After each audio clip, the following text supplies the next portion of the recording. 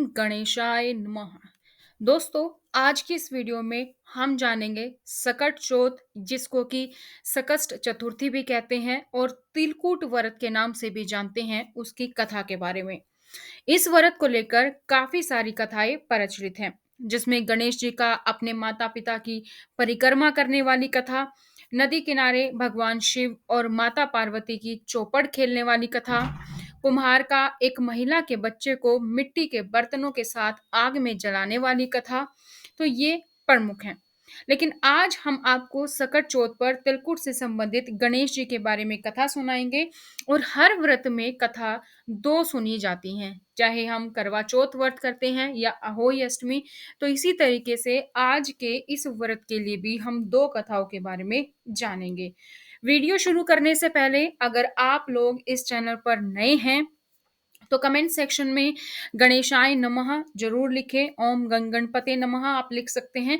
और चैनल को जरूर से सब्सक्राइब करें दोस्तों, ताकि जैसे ही वीडियो अपलोड की जाती है उसकी नोटिफिकेशन आप लोगों को मिल सके और हमें भी इससे मोटिवेशन मिलता है। साथ ही वीडियो को लाइक और शेयर करना ना भूलें।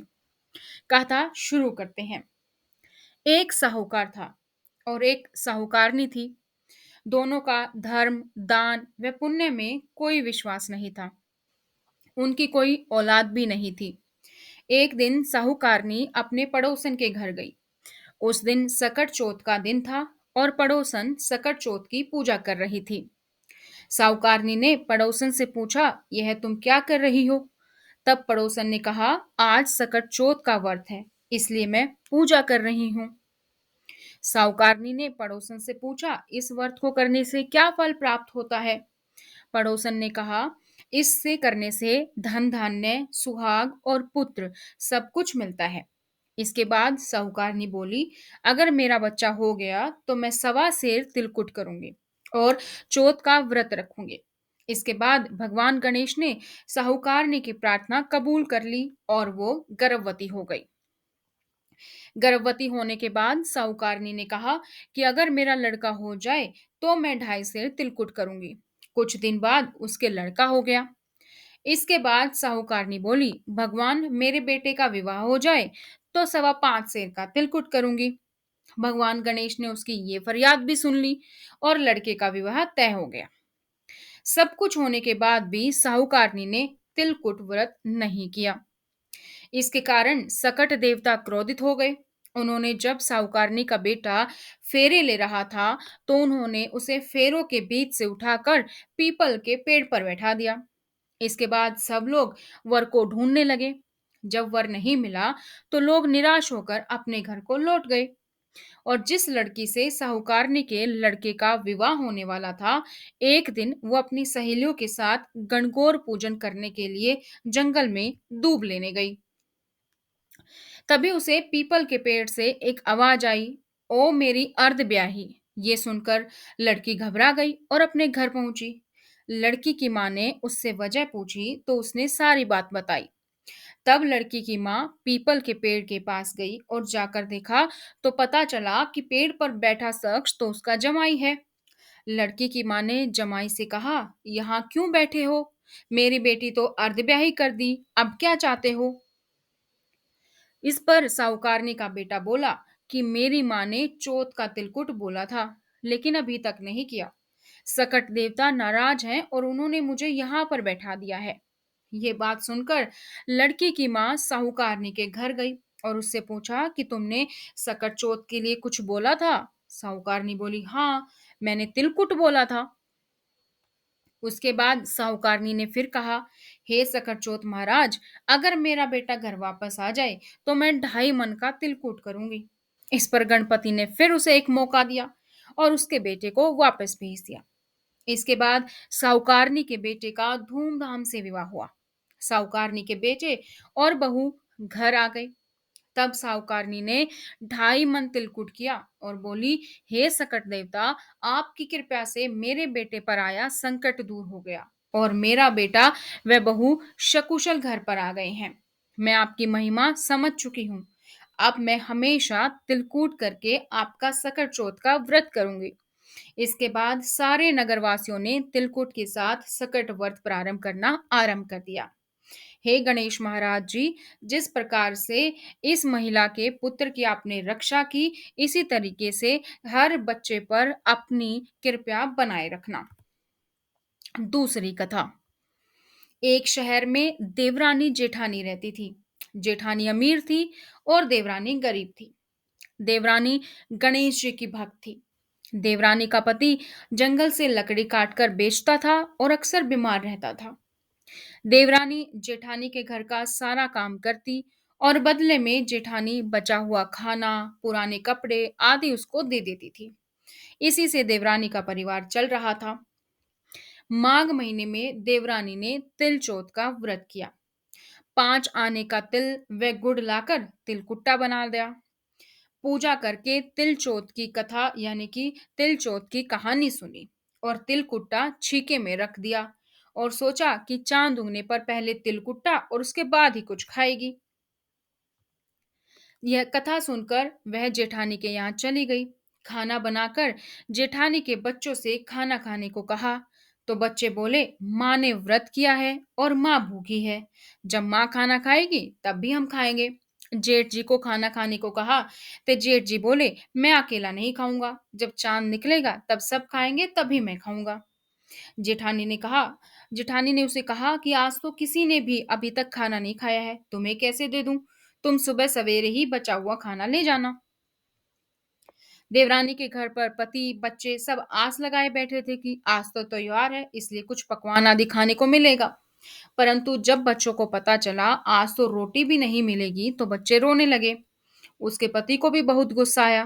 कहने लगा, सारा दिन काम करके भी तो रोटी नहीं ला सकती तो काम क्यों करती हो? पति ने गुस्से में आकर पत्नी को कपड़ी धोने के धोवने से मारा। धोवना हाथ से छूट गया तो पाटे से मारा। वह बेचारी गणेश जी को याद करती हुई रोते रोते पानी पीकर सो गई। उस दिन गणेश जी देवरानी के सपने में आए और कहने लगे, धोव ने मारी पाटे मारी, सो रही है या जाग रही है? वह बोली, कुछ सो रही हूँ कुछ जाग रही हूँ। गणेश जी बोले, भूख लगी है, कुछ खाने को दो। देवरानी बोली, क्या दूं? मेरे घर में तो अन्न का एक दाना भी नहीं है। जेठानी बचा खुचा खाना देती थी, आज वह भी नहीं मिला। पूजा का बचा हुआ तिलकुटा छीके में रखा है, वही खा लो। तिलकुटा खाने के बाद गणेश जी बोले, धोवने मारी पाटे मारी, निमटाई लगी है कहाँ निमटे? वह बोली, यह पड़ा घर, जहां इच्छा हो वहां निमट लो। फिर गणेश जी बच्चे की तरह बोले, अब कहाँ पहुंचूं? नींद में मगन अब देवरानी को बहुत गुस्सा आया कि कब से तंग किए जा रहे हो। सो बोली, मेरे सर पर पहुंचो और कहाँ पहुंचोगे? सुबह जब देवरानी उठी तो यह देखकर हैरान रह गई कि पूरा घर हीरे मोती से जगमगा रहा है। सिर पर जहां विनायक जी पोछनी कर गए थे, वहां हीरे के टीके व बिंदी जगमगा रहे थे। उस दिन देवरानी जेठानी के यहाँ काम करने नहीं गई।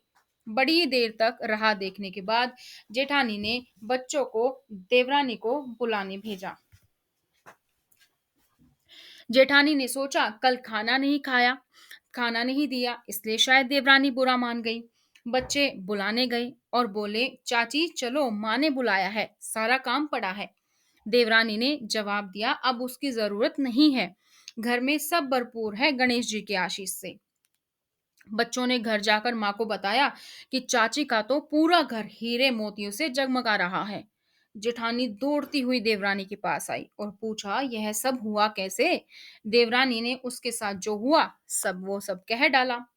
घर लौटकर जेठानी अपने पति से कहा कि आप मुझे धोवने और पाटे से मारो।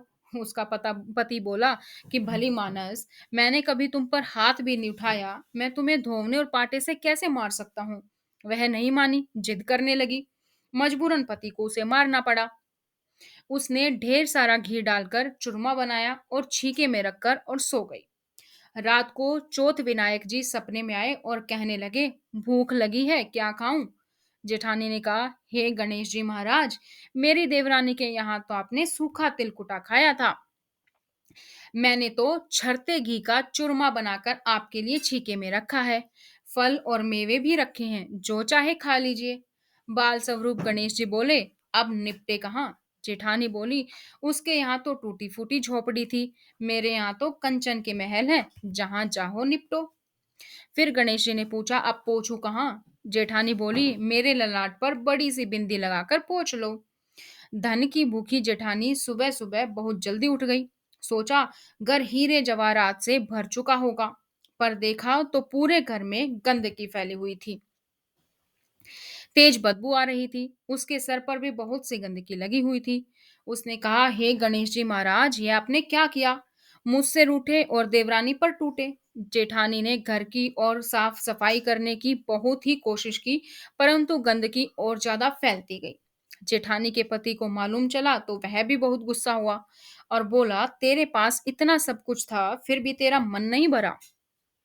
परेशान होकर चौथ के गणेश जी से मदद की विनती करने लगी। गणेश जी ने कहा, देवरानी से जलन के कारण तूने जो किया था, यह उसी का फल है। अब तू अपने धन में से आधा उसे दे देगी, तभी यह सब माफ होगा।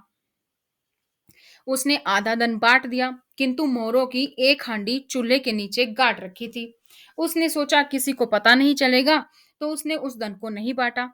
उसने कहा, हे श्री गणेश जी, अब तो अपना यह बिखराव समेटो। वे बोले, पहले चूल्हे के नीचे गाड़ी हुई मोरों की हांडी सहित ताक में रखी दो सुई के बीच से कर। इस प्रकार गजानन ने बाल स्वरूप में आकर सुई जैसी छोटी चीज का भी बंटवारा किया और अपनी माया समेटी।